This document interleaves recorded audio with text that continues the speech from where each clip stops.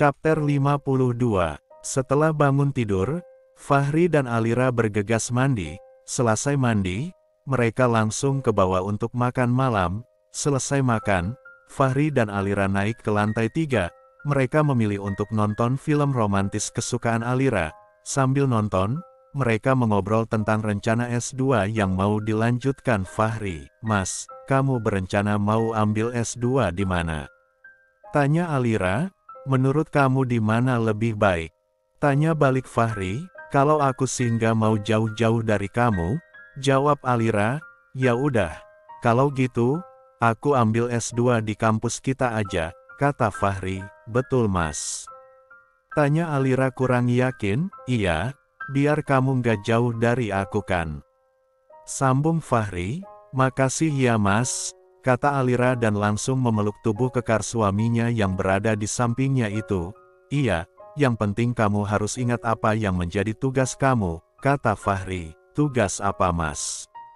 tanya Alira bingung. "Kamu harus hamil," jawab Fahri singkat. "Iya, aku udah siap kok mas, tapi kan, tergantung yang di atas, ngasihnya kapan," jawab Alira. "Iya, semoga cepat dikasih, biar mama sama papa senang," kata Fahri. "Kok cuma mama sama papa yang senang sih, memangnya mas nggak senang?" protes Alira. "Senanglah, cuma aku mau buat mama sama papa senang. Mereka kan cuma punya aku, dan nggak ada yang mereka inginkan dari aku saat ini selain aku memberikan cucu buat mereka," jelas Fahri. "Mas, tapi kalau nanti aku nggak bisa hamil gimana?" tanya Alira ragu-ragu. "Nggak boleh ngomong kayak gitu, kata-kata itu doa, dan aku nggak mau itu," jawab Fahri dan langsung beranjak ke kamar meninggalkan Alira. Alira sangat merasa khawatir kalau dia nggak bisa memberikan apa yang diinginkan suami dan mertuanya. Dia takut kalau dia nggak bisa hamil, Fahri akan meninggalkannya. Karena Fahri sudah masuk kamar, akhirnya Alira mematikan TV dan menyusul Fahri. Fahri sudah berbaring di atas ranjang. Mungkin dia kecewa dengan apa yang dikatakan Alira tadi. Alira sangat merasa menyesal berbicara seperti tadi. Akhirnya suasana yang tadi hangat, sekarang sudah berubah menjadi dingin lagi. Entah Fahri sudah tidur atau pura-pura tidur, karena dia tidak bersuara setelah Alira masuk kamar. Alira beranjak ke atas ranjang dan berbaring di samping Fahri. Alira tidak berani untuk bertanya atau bersuara. Dia memilih untuk membelakangi Fahri yang juga membelakinya. Alira tidak bisa tidur. Dia terus memikirkan apa yang menjadi tugasnya yang dapat membuat suami dan mertuanya senang. Walaupun gak ngantuk, Alira tetap berusaha untuk bisa tidur, biar semua pikiran yang mengganggunya itu hilang, sedangkan orang yang ada di sampingnya itu sudah terlelap. Tanpa memeluknya seperti biasanya, pukul 6.30 Alira terbangun. Dia langsung bergegas mandi. Selesai mandi, dia membangunkan Fahri. Karena Fahri harus ke kantor pagi-pagi. Mas Fahri, bangun." Fahri yang digoyang-goyang langsung bangun dan terduduk sambil mengucek-ngucek matanya. Sedangkan Alira masih terduduk di tepi ranjang sambil menatapnya. "Ngapain kamu natap aku kayak gitu? Aku tampan kan, biar baru bangun tidur," kata Fahri. "GR, sana mandi, mau ke kantor kan?" kata Alira dan langsung melangkah menuju lemari. Fahri hanya senyum-senyum sambil menatap istrinya yang sangat cantik walau tanpa make up di wajahnya, sedangkan Alira yang sudah melangkah ke arah lemari untuk mengambil baju gantinya dan juga Fahri, tersenyum bahagia, karena suaminya nggak marah lagi. Selesai bersiap-siap, mereka langsung menuju dapur untuk sarapan, dan setelah itu, mereka langsung berangkat. Fahri mengantarkan Alira ke kampus, dan di parkiran kampus, sudah ada Mei yang diantar oleh supir di rumah Mama Rita. "Halo Mei," sapa Alira. "Halo Lir," jawab Mei, sedangkan Fahri si balok. Jangankan menyapa Mei, melirik aja nggak sama sekali. Dia hanya mencium kening Alira setelah Alira mencium tangannya, dan langsung berlalu meninggalkan Alira dan Mei yang sedang menatap kepergiannya. "Ayo kita masuk Mei," ajak Alira. Alira memang orangnya sangat baik dan ramah sama siapapun. Walaupun dia tahu Mei Mei sangat tergila-gila pada suaminya, tapi dia bersikap baik terhadap Mei Mei. Karena buat dia, asalkan suaminya nggak tergoda. Mei Mei yang diperlakukan baik sama Alira, dengan sendirinya timbul rasa bersalah dalam hatinya. Sambil berjalan di samping Alira, Mei Mei berpikir, kalau Alira memang pantas mendapatkan cinta Fahri, karena dia tidak hanya cantik tapi sangat baik. Tiba-tiba Mei Mei tersenyum dan membuat Alira jadi bingung dan bertanya, "Kenapa Mei? Kok kamu senyum-senyum sendiri?" "Nggak, Lir. Aku hanya lagi berpikir tentang kebodohanku yang baru aku sadari." "Maksudnya Mei? Aku nggak ngerti," tanya Alira bingung. "Lir, maafin aku ya, selama ini, aku sudah bersikap nggak bagus sama kamu. Aku sering merasa kesal dan iri sama kamu," kata Mei Mei. "Nggak apa-apa Mei, aku juga nggak memikirkannya," jawab Alira. "Iya, biarpun kamu nggak memikirkannya, tapi aku nggak enak aja. Sebenarnya, Fahri adalah laki-laki pertama yang aku suka sampai sekarang Lir. Tapi hari ini aku sadar, kalau di dalam hati Fahri itu, hanya ada kamu seorang," kata Mei Mei. "Nggak apa-apa Mei, kamu nggak usah sedih ya, masih banyak kok laki-laki di luar sana. Pasti salah satu dari mereka adalah jodoh kamu, yang mencintai kamu dengan tulus," jawab Alira. "Iya benar, Lir, mulai hari ini, kamu mau nggak jadi teman aku?" tanya Mei Mei. "Ya maulah, kita bukan cuman jadi sahabat, tapi saudara, nanti aku kenalin juga sama teman-temanku ya," jawab Alira bersemangat. "Makasih ya, aku senang banget Lir," kata Mei Mei. "Iya sama-sama Mei," jawab Alira. "Kita foto yuk, biar jadi kenang-kenangan," kata Mei Mei dan disetujui Alira. Mereka pun berfoto, sambil menunggu kedatangan teman-temannya yang lain. Tidak berapa lama, datanglah Siva, Amel, dan Ara. Mereka bingung melihat Mei Mei, karena ini hari pertama Mei Mei kuliah di kampus mereka. "Mei, kenalin, ini teman-teman aku," kata Alira. "Halo aku Mei Mei, aku semester 5, pindahan dari Korea. Aku saudaranya Fahri," kata Mei Mei. "Halo, aku Siva, temannya Alira," kata Siva. "Aku Amel Kak," kata Amel. "Aku Ara," kata Ara. "Kalian mau kan, kalau aku gabung sama kalian?" tanya Mei Mei. "Iya mau kok," jawab Alira dan yang lainnya bersamaan. Akhirnya, mulai hari itu, geng Alira yang hanya ada 4 personil, sekarang jadi 5, mereka sangat akrab. Mei Mei sangat bahagia bersahabat dengan mereka, karena mereka adalah geng yang sangat ceria. Setelah pulang dari kampus, Alira langsung menyusul Fahri ke kantor dan langsung menceritakan mengenai Mei Mei yang sudah jadi sahabatnya kepada Fahri, dan Fahri pun turut senang. Karena akhirnya Mei Mei menyerah untuk mengejarnya dan mau berteman dengan Alira wanita cantik yang amat dia cintai itu. Chapter 53. Makin hari geng Alira yang sudah tambah 1 personil itu makin kompak, walaupun Mei Mei nggak satu ruangan dan nggak satu angkatan dengan mereka, tapi mereka selalu barengan kalau jam istirahat, makan sama-sama di kantin, terus jalan-jalan kalau hari libur. Pokoknya mereka tambah akrab. Apalagi Mei Mei sudah nggak tertarik lagi sama Fahri, karena sekarang dia sudah mulai jatuh hati sama Revan asisten Fahri. Hari itu ada acara besar di kampus Alira, acara olimpiade antar beberapa universitas besar yang diselenggarakan di kampus tempat Alira dan Fahri kuliah. Fahri sudah melanjutkan S2-nya di kampus itu lagi, karena Alira tidak mau jauh-jauh darinya, tapi mata kuliah Fahri hanya 1 bulan 3 kali pertemuan, selama 2 tahun, jadi nggak setiap hari Fahri ke kampus. Pagi harinya, selesai sarapan, pukul 7.30, Fahri langsung berangkat ke kantor, karena ada beberapa berkas penting yang harus ditandatangani. Selesai itu, baru dia berangkat ke kampus, karena acara di kampus mulai pukul 100 pagi, sedangkan Alira, setelah Fahri pergi dia baru bergegas mandi. Selesai mandi, dia langsung berpakaian dan berdandan. Tapi tiba-tiba, perutnya terasa mules. Dia segera berlari ke kamar mandi dan, oek, Alira muntah. makanan yang baru dia makan pagi tadi. Keluar semua, Alira merasa lemas dan sedikit pusing, tapi tiba-tiba jantungnya berdetak kencang. Dia menatap perutnya dengan tatapan yang tidak bisa diartikan setelah dia sadari kalau dia sudah telat datang bulan. Kemudian dia segera menyelesaikan dandanannya dan langsung meminta supir di rumahnya untuk mengantarnya. Dalam perjalanan, Alira teringat sesuatu dan dia meminta supirnya untuk berhenti sebentar di depan apotik.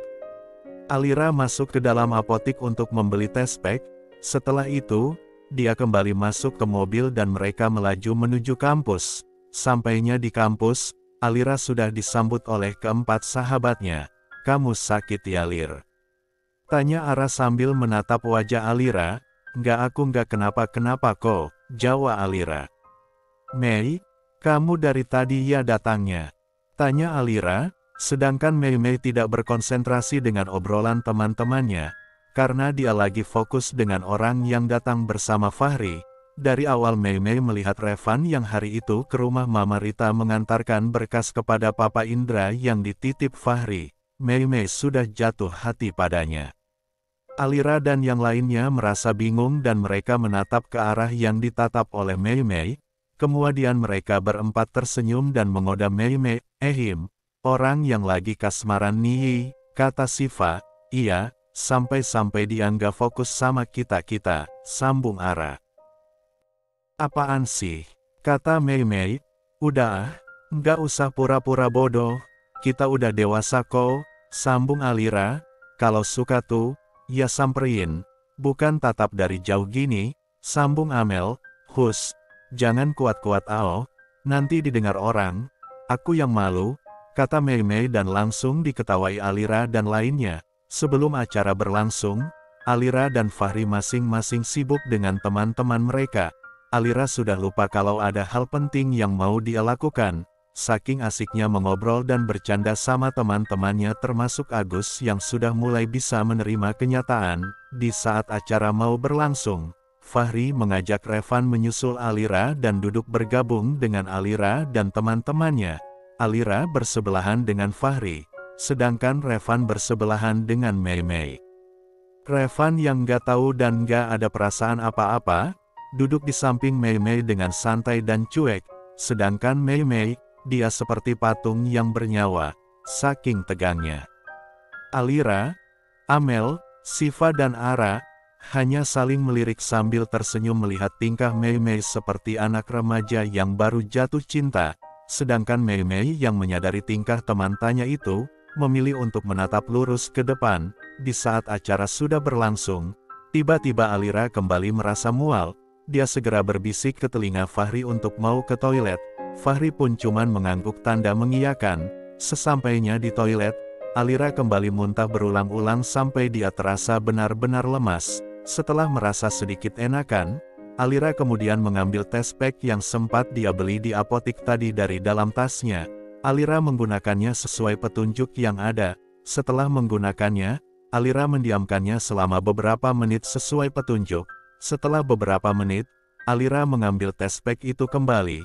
Dengan ragu-ragu Alira mencoba membuka matanya perlahan, karena sejak meraih test pack tadi, Alira memejamkan matanya, saking gugupnya, dan tiba-tiba, mata Alira terbelalak di saat melihat garis positif yang ada di alat test pack di tangannya itu.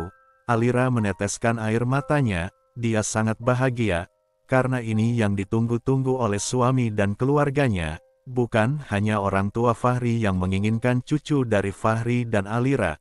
Tapi orang tua Alira pun demikian, setiap kali menelpon atau ditelepon Alira, pasti kehamilan Alira tidak pernah lupa mereka tanyakan, jadi ini adalah kabar gembira untuk semuanya. Alira keluar dan melangkah dengan wajah yang berseri-seri, rasa lemas karena muntah, hilang seketika, dia ingin segera menyampaikan kabar gembira itu kepada Fahri. Tapi tiba-tiba langkahnya terhenti di saat dia melihat Agus sedang menangis di lorong yang mau dia lewati. "Gus, kenapa? Ada masalah apa?" tanya Alira setelah berada di samping Agus. "Lir, ibu aku," jawab Agus. "Ibu kamu kenapa, Gus?" tanya Alira lagi. Karena Alira belum balik-balik, membuat Fahri khawatir. Akhirnya Fahri bergegas menyusul Alira ke toilet. Dia khawatir terjadi apa-apa sama Alira. Agus terua menangis di depan Alira. Alira yang merasa bingung, terus bertanya sambil meraih lengan Agus. "Gus, ada apa sebenarnya?" tanya Alira. "Ibuku kecelakaan Lir, dan nyawanya nggak tertolong," jawab Agus. "Astaga Gus, kamu yang sabar ya," kata Alira. "Jadi kapan kamu mau pulang Gus?" tanya Alira lagi. "Aku sudah memesan tiket. Aku ke Bali dengan pesawat jam 2 nanti," jawab Agus. Agus berasal dari Bali, tapi dia kuliah di Jakarta. Di Jakarta, Agus tinggal bersama om dan tenternya yang juga pengusaha, tapi tidak sesukses Fahri. Agus memeluk Alira sambil menangis, karena merasa kasihan dengan sahabatnya itu. Akhirnya Alira membalas pelukan Agus, tanpa mereka sadari. Ada sepasang mata yang melihat mereka dari sana. "Lir, kenapa orang yang aku cintai selalu meninggalkan aku? Pertama kamu, dan kedua ibu aku," kata Agus sambil memeluk erat tubuh indah Alira. Fahri yang sedang menyaksikan semuanya seperti tersambar petir di siang bolong. Fahri sangat marah. Dia ingin sekali menghabisi Agus saat itu juga, tapi dia tidak mau merusak acara penting yang sedang berlangsung, karena tidak sanggup mendengar kata cinta yang diucapkan Agus ke istrinya, dan tidak sanggup melihat istrinya memeluk laki-laki lain. Akhirnya Fahri berbalik dan melangkah kembali dengan emosi yang masih membara di dalam dadanya. Dia mencoba untuk menahan emosinya, karena dia nggak mau bikin keributan dan merusak acara yang sedang berlangsung itu. Fahri kembali dan duduk di tempatnya.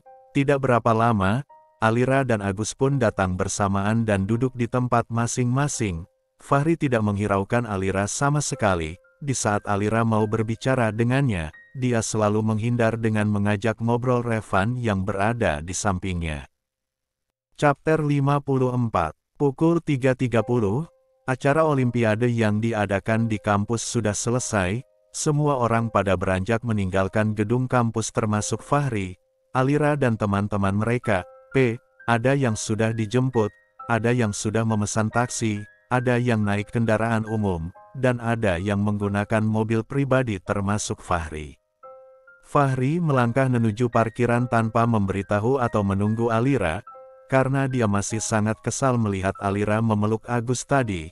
Dia tidak ingin langsung pulang ke rumah, dia mau pergi ke apartemen Revan, dan Revan yang sudah menyadari situasinya hanya menurut saja. Alira mencari Fahri ke sana kemari, karena dia tidak menemukan Fahri. Akhirnya dia berlari ke arah parkiran. Dia berpikir, mungkin Fahri sedang menunggunya di sana. Tapi apa yang terjadi? Setelah sampai sana, Alira sangat berkecil hati melihat mobil suaminya sudah keluar dari gerbang kampus dan melaju menuju jalan raya. Alira mencoba menguatkan hati dan segera meraih ponsel di dalam tasnya. Alira menelpon Fahri berulang-ulang tapi tidak dijawab sama sekali. Akhirnya Alira memutuskan untuk mengirim pesan singkat buat Fahri. "Mas, kamu mau kemana? Kenapa nggak nungguin aku?" pesan Alira. "Aku ada urusan penting," balas Fahri. "Tapi aku juga punya kabar penting yang mau aku kasih tahu sama kamu," balas Alira. "Urusanku lebih penting dari kabar yang mau kamu kasih tahu buat aku. Karena aku udah tahu kabar itu, dan itu nggak penting banget buat aku," balas Fahri yang membuat jantung Alira berdetak kencang dan seluruh badannya terasa sangat lemas. Fahri berpikir, Alira mau kasih tahu bahwa selama ini, Agus sangat mencintainya dan selalu mengutarakan perasaan kepadanya, dan itu yang dimaksud kabar penting oleh Alira. Alira sangat terpukul dengan pesan terakhir yang dikirim Fahri. Alira berpikir, bahwa Fahri sudah mengetahui kehamilannya dan itu sudah tidak penting lagi baginya. Air mata Alira seketika meluncur, karena tidak mau diketahui teman-temannya yang masih ada di belakang. Akhirnya Alira berlari ke pinggir jalan raya dan menghentikan sebuah taksi. Alira masuk ke dalam taksi dan memberitahukan alamatnya kepada supir taksi itu. Dalam perjalanan Alira tidak henti-hentinya menangis sambil meraba perutnya yang masih rata itu. "Mengapa kamu menginginkannya dan memintanya padaku? Kalau saat dia sudah datang, kamu tidak menginginkannya?" Alira berkata dalam hatinya sambil terus menangis, apa yang harus aku lakukan ya Tuhan? Anakku tidak bersalah, tapi mengapa dia harus menanggung semua ini? Tambah Alira, setelah sampai di apartemen Revan, Fahri memilih untuk minum. Dia minum alkohol ditemani Revan, tapi Revan tidak berani bertanya masalah apa yang membuatnya seperti ini. Karena Revan sudah tahu sifat Fahri, dia orang yang tidak suka orang lain mengetahui masalah pribadinya. Sampai di rumah, Alira menghapus air matanya dan melangkah masuk. Dia dibukakan pintu oleh Bi Ina. Melihat Bi Ina di depan pintu, Alira langsung memeluk Bi Ina dan menangis. Ya karena Bi Ina sangat baik dan dekat dengan Alira. Sudah seperti ibu dan anak, bukan majikan dan pembantu. Bi, aku rindu ibuku, kata Alira sambil menangis. Udah Non, kalau Non rindu ibu Non di Bandung, Non gak usah nangis, kan ada Bibi di sini, dan kalau ada waktu kan Non bisa ke Bandung nengokin, kata Bi Ina sambil memeluk Alira. Iya Bi, jawab Alira sambil melepaskan pelukannya dan menghapus air matanya. Non udah makan? Tanya Bi Ina. Aku nggak nafsu makan Bi, cuman sarapan tadi pagi aja, jawab Alira. Ya ampun Non, nanti Non sakit loh, kata Bi Ina. Nggak kok Bi, nanti aku minta kalau aku pengen, jawab Alira sambil melangkah memasuki lift. Alira memilih untuk langsung ke kamarnya. Dia membaringkan badannya di atas ranjang dan kembali menangis mengingat kata-kata suaminya lewat pesan tadi. Mungkin karena kecapean, akhirnya Alira menangis sampai tertidur. Pukul 9.30, Fahri sampai rumah. Dia tidak terlalu mabuk, walaupun banyak minuman yang dia minum, karena Fahri memang sangat kuat untuk minum alkohol. Sampainya di rumah, Fahri langsung menuju lift untuk naik ke lantai 3, sedangkan Alira sedang berada di dalam kamar mandi. Dia baru selesai mutah dan merasa lemas. Di saat bangun tidur tadi, dia merasa mual dan langsung berlari ke kamar mandi. Alira melangkah keluar sambil memegang kepalanya yang terasa berat, sedikit pusing dan lemas, mungkin karena pengaruh hamil, muntah-muntah, ditambah lagi belum makan. Sampainya di luar kamar mandi, mata Alira terbelalak saking terkejutnya. Dia melihat suaminya sudah berdiri menatapnya dari samping tempat tidur dengan matanya yang sayu seperti orang mabuk dan sudah bertelanjang dada. Seketika timbul rasa takut dalam benak Alira. Dia takut terjadi apa-apa sama anak dalam kandungannya. Apalagi Fahri sudah tidak menginginkannya lagi. Dia takut kalau Fahri akan memaksanya untuk menggugurkan kandungannya. Diam-diam Fahri melangkah mendekati Alira.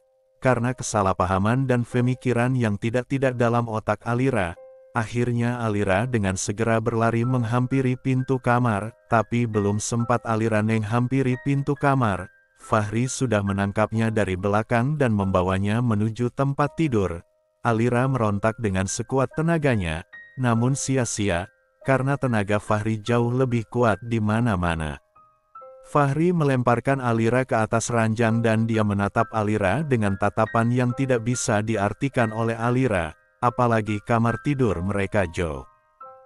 Itu cukup gelap, jadi wajah Fahri tidak begitu jelas karena mereka jarang menyalakan lampu, hanya lampu tidur yang mereka gunakan di malam hari. Setelah itu, Fahri melepaskan celananya dan naik ke atas ranjang. Alira yang begitu ketakutan dengan suaminya, mencoba untuk melarikan diri dari situ, tapi apalah daya, tubuhnya sudah ditindih oleh tubuh kekar suaminya itu. Fahri menyetubuhi istrinya malam itu seperti orang yang sudah kesetanan. Dia mencium, menjilati, dan menggigit setiap inci tubuh Alira tanpa ada yang terlewatkan. Leher, dada, perut, paha dan bagian tubuh Alira yang lainnya penuh dengan tanda merah akibat keganasan Fahri. Fahri memainkan lidahnya di bagian-bagian sensitif Alira, hingga membuat cairan nikmat Alira keluar berulang-ulang, dan membuat Alira lemas tak berdaya. Kemudian, Fahri melancarkan senjatanya ke dalam Alira, tanpa ampun dan tanpa menghiraukan kata-kata dan tangisan Alira. Fahri sengaja menahan dan memperlambat semburan laharnya, karena dia ingin Alira tahu, kalau tidak ada laki-laki lain yang bisa seperkasa dia dalam bercinta dan memuaskan wanita. Setelah hampir 2 jam, baru Fahri menyumburkan lahar hangatnya ke dalam rahim Alira, dan setelah itu, dia langsung beranjak ke kamar mandi membersihkan tubuhnya tanpa melirik Alira yang terbaring lemas di atas ranjang. Selesai mandi dan berpakaian santai, Fahri langsung keluar dari kamar dan turun ke lantai 1 karena dia merasa sangat lapar. Sampainya di dapur, dia menyuruh Bi Ina yang kebetulan sedang berada di dapur untuk menyiapkan makanannya. "Bi, tolong ambilkan aku makanan," kata Fahri. "Baik Den," jawab Bi Ina sambil bergegas menyiapkan makan malam buat Fahri. "Terus non Aliranya mana Den?" tanya Bi Ina. "Lagi di kamar." "Emangnya kenapa Bi?" tanya Fahri. "Loh, kan dari tadi siang non Aliranya belum makan dan hanya sarapan tadi pagi aja. Katanya dia nggak nafsu makan, Bibi cuman takut dia sakit. Soalnya tadi pulang dari kampus, muka non Alira tuh pucat banget, dan dia juga menangis meluk Bibi tadi. Katanya kangen ibunya." Jelas Bi Elba panjang kali lebar dan membuat Fahri langsung kaget. Tanpa berkata apa-apa, Fahri langsung beranjak dari tempat duduknya dan berlari menuju lift ke lantai 3. Sampai di lantai 3, Fahri langsung berlari ke kamar. Sampainya di dalam kamar, Fahri langsung menyalakan lampu kamar mereka biar terang, dan seketika, matanya terbelalak melihat istrinya yang sudah terbaring di atas lantai depan kamar mandi. Fahri segera berlari menghampiri Alira. Dia mengangkat kepala istrinya dan memangkun ia sambil berusaha membangunkannya. Karena Alira sudah pingsan, Fahri sangat takut terjadi apa-apa sama Alira, dan seketika, Fahri seperti tersambar petir. Di saat matanya tertuju ke gaun tidur Alira yang berwarna putih itu, sudah ada noda merah yang cukup besar di bagian bawahnya. Fahri segera memanggil orang yang ada di rumah itu dengan menggunakan telepon yang berada di kamarnya, dan tidak berapa lama, Bi Ina dan yang lainnya datang. Mereka semua kaget melihat apa yang terjadi. "Apa yang terjadi Dan?" tanya Bi Ina. "Aku nggak tahu Bi, tapi ini ada darah Bi," jawab Fahri ketakutan. "Ya ampun Dan, non Alira pendarahan. Ayo kita langsung ke rumah sakit aja Dan," kata Bi Ina setelah melihat Alira. Tanpa berpikir panjang, Fahri langsung menggendong tubuh istrinya kemudian lari menuju lift dan diikuti para pembantunya. Air mata Fahri yang hampir nggak pernah dilihat dan nggak pernah dia tunjukkan di depan orang, mengalir dengan derasnya. Dia mengecup kening Alira berulang-ulang sambil mengatakan kata maaf. Sampai di parkiran, Fahri langsung masuk ke dalam mobil bagian belakang bersama Alira dalam gendongannya. Kemudian Bi Ina dan supirnya di bagian depan. Fahri meminta supirnya untuk melajukan mobilnya lebih cepat lagi, karena darah yang keluar di bagian bawah Alira makin banyak.